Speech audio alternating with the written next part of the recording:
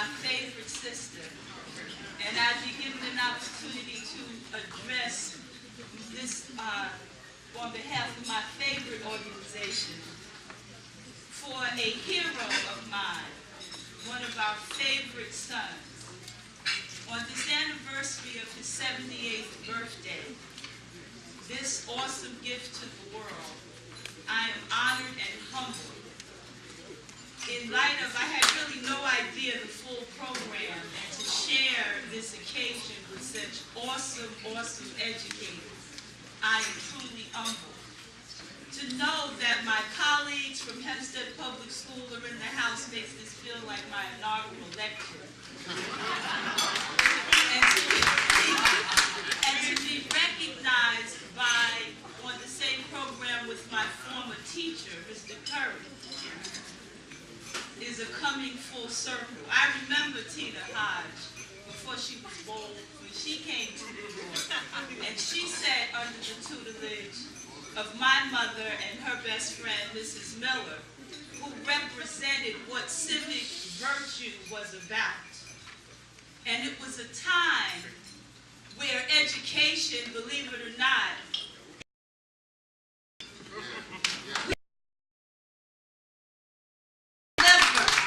so our mothers and fathers were able to work.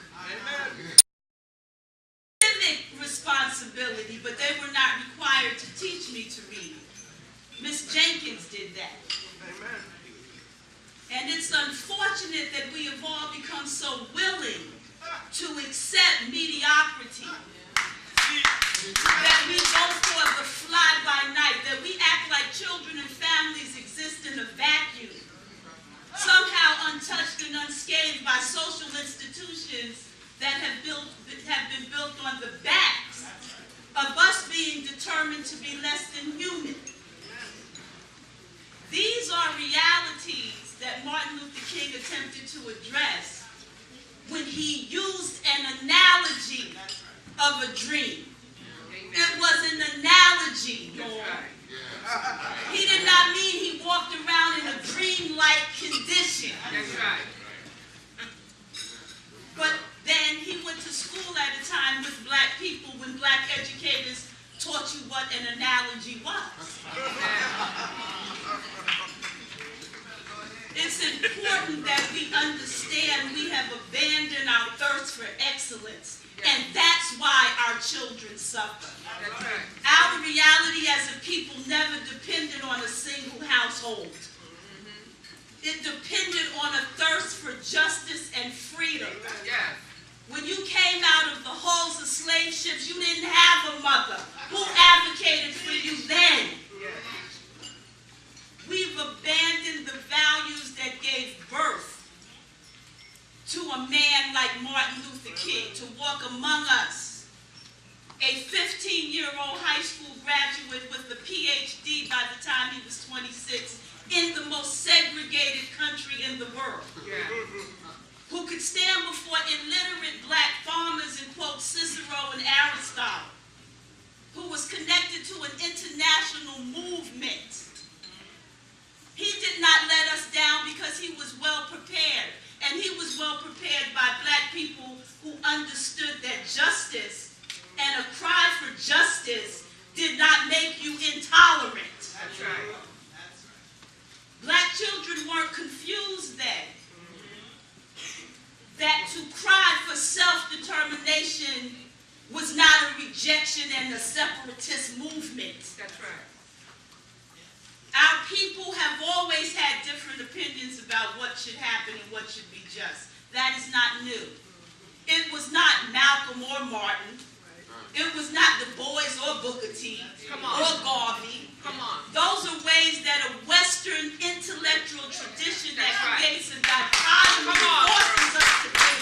So we're confused about who we are and what we are and what we're supposed to be doing. And so we look at poorly educated, economically disenfranchised poor people and blame them for their conditions, even when they look like us. Come on. I thank God that my mother's teacher went to her my illiterate grandmother, who was a good woman. Yeah. And when I hear stories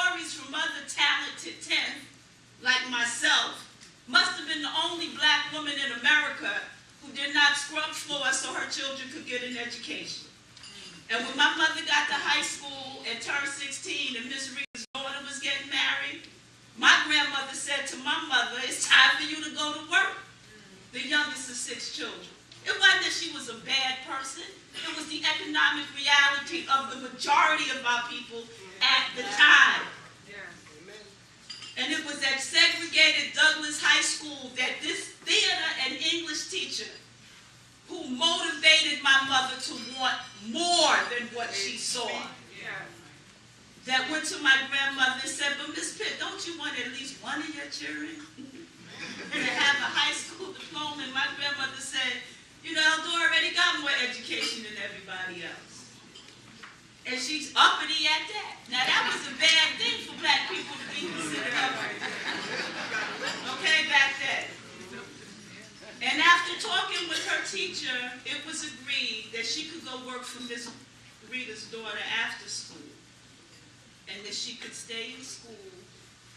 And I'm telling you, there was nobody home to help her with her homework. Wasn't no snacks. She got out of school, she had to go to work. But it was her look at an educated black professional class who were her segregated teachers in her less than equal high school that motivated her to be that. That made it possible for her to be the first one in the family to get a high school education, and for me to stand here, the first one in my family to get a college education and working on my doctoral dissertation. And as good as my mother was, it was my teachers that taught me how to read. It was my teachers that sent me home every summer with those books my sister made jokes about me sitting on the steps and reading. It was my teachers who did not allow less than the best from me. I had to run around and ask, Mom, please, come on, sign my homework, sign my homework, sign my homework. It was not mandated. I did my homework because Mr. Range didn't play that. Miss Sprecher, the German woman who spoke Latin and Greek, did not play that. Miss Mulgrave, who later became Mrs. Mills, did not play that, and they did it with love. And our parents could trust that what the teachers told them was the truth. Not like the reality we find today in some cases, right, Mrs. Strong? When you're just trying to CYA, and you'll say anything about a child and blame the principal who won't back you, and when you stand up, and they'll say, well, you know, Robert, she's such an advocate. We all must be advocates. Martin Luther King in 1967 challenged us to turn the ghetto into a schoolhouse. He understood that a mass movement for justice and human and civil rights depended on the talented tenth that Du Bois talked about being on their job. And that we would be examples that oppression and degradation and mediocre responsibility handling would not be tolerated. And that's what we are being called upon to do. Our children are in the shape they're in because we as adults are in the shape we in. My generation did not discover its mission and fulfill it. We wanted a good job with some good money, and we wanted to be safe. We pretended because we didn't take the time to understand the civil rights movement was not spontaneous. Stop telling our children that. It wasn't. Rosa Parks did not sit in the front of the bus, she sat in the back.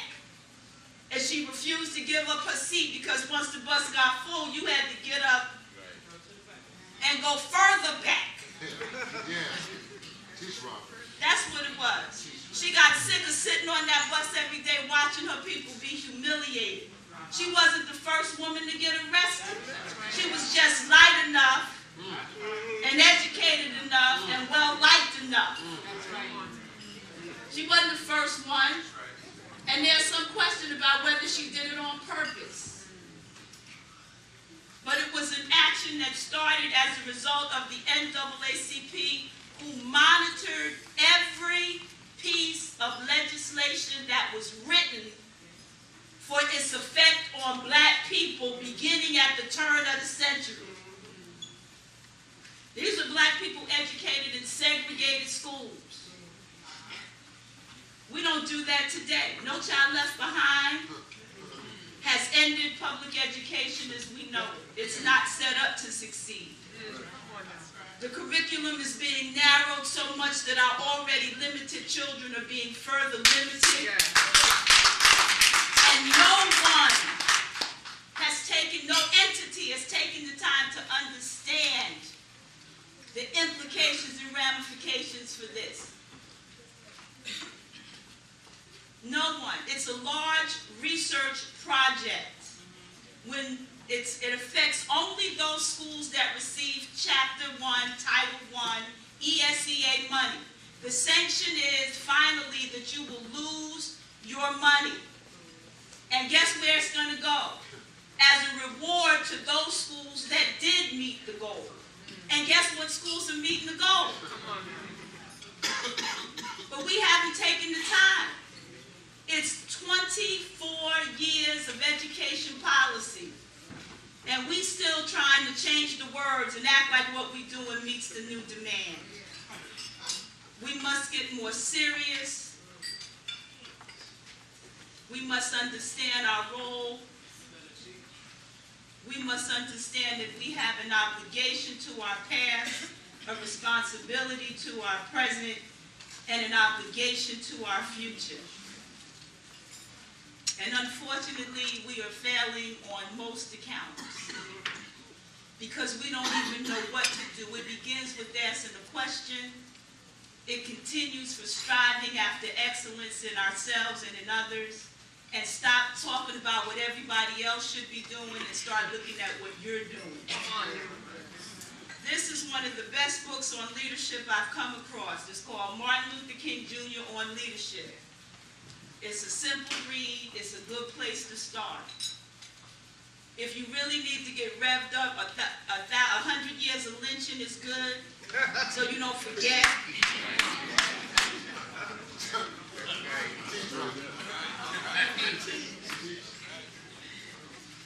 And The Beautiful Ones Are Not Yet Born, which is written by my favorite African author, who also wrote a book called 2000 Seasons, and one called The Healers. We must make reactive. We must react to the genocide that we are contributing to. We must make a decision to stop. We must look at our educations and reevaluate them for their effectiveness, fill in the gaps, step up to the plate, and do what we have examples in this and other heroes. Stop blaming children and family for social institutions that have always been designed to dehumanize and destroy. If a child does not have a mother that's been educated well enough to come and advocate on their behalf, you step up. As Mari Evans said, it's not necessary to blow the mind, just free the mind, teach the truth to the people. Tina told me to be brief.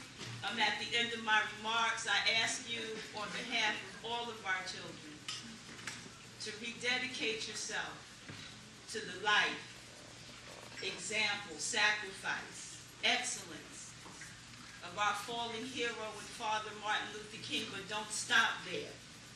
Don't talk about the dream, talk about the work. Don't talk about the march, talk about the mission. That's right.